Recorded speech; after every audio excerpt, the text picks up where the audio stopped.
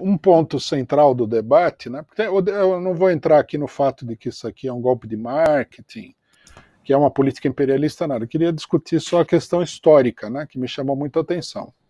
Eu vi, inclusive, uma matéria aqui no 247 de um colunista, onde ele falava o seguinte, né? Argumento que também foi usado pelo Walter Pomar.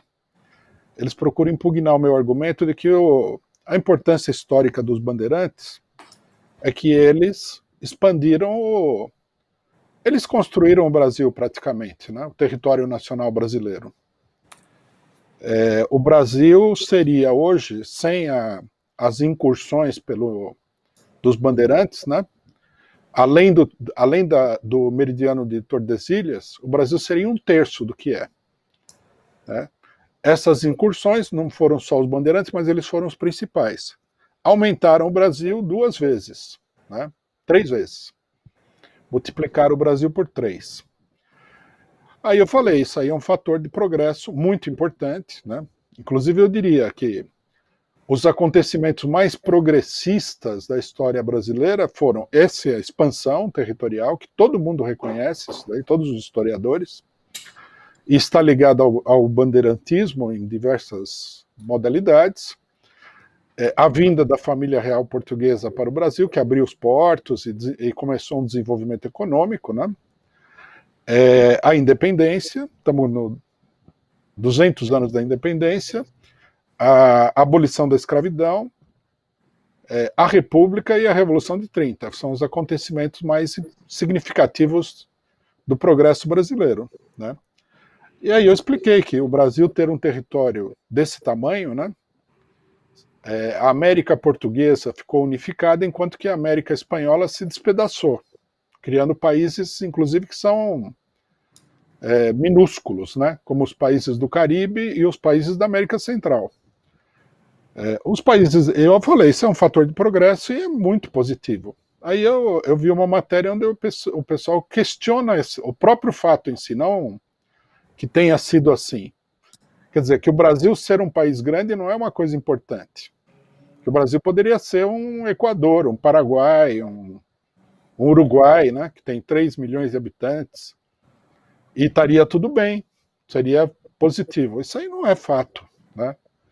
O pessoal não entende, é uma concepção da história da humanidade que não tem sentido. É muito evidente que os países grandes, eles são muito mais favoráveis ao progresso econômico e tudo mais do que os outros, né? Veja os países dos BRIC, né? Os BRICS, que seria Brasil, Índia, China e Rússia, são os países com maior nível de confronto é interessante com o imperialismo mundial, né? Isso que você coloca, né, é muito importante de fato, porque um país grande ele passa a ter inconscientemente essa ideia de que ele é importante para o mundo, de que ele tem uma missão, né, de que ele tem uma missão civilizatória, né, quer dizer, porque a gente fica pensando, né, quer dizer, o Brasil tem um papel a desempenhar pelo território, pelas riquezas, mas ninguém pensa isso, com todo respeito, do Equador, do Paraguai, da Bolívia, do Peru, ou da Bélgica, ou enfim, da Holanda, né? São países que têm, vamos dizer assim, uma concentração territorial, populacional, de recursos, que são atores globais, né? Então, do ponto de vista de presença global, a questão territorial é importante. O que tem sido colocado pelo Breno e por outras pessoas é que isso não poderia estar dissociado de uma visão de classe, né?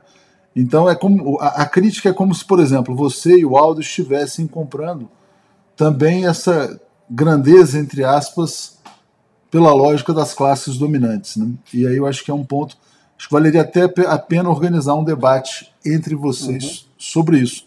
Mas queria só fazer essa ponderação, vou te passar para completar o teu ponto. Não, só dizer o seguinte, né? O nosso pensamento é um pensamento que tem na base econômica o fundamento principal, né? É um pensamento marxista. Muita gente não sabe, por exemplo, mas Marx saudou como sendo um progresso, né, para o conjunto da humanidade a pirataria dos norte-americanos sobre os territórios espanhóis da América do Norte, Califórnia, Texas. Né? Ele falou, o melhor é que esses territórios estejam integrados a um país onde o capitalismo se desenvolve, do que ao atraso. Né? É isso que ele achava naquele momento. Lógico que esse raciocínio ele não é mais tão válido hoje, que a situação mudou.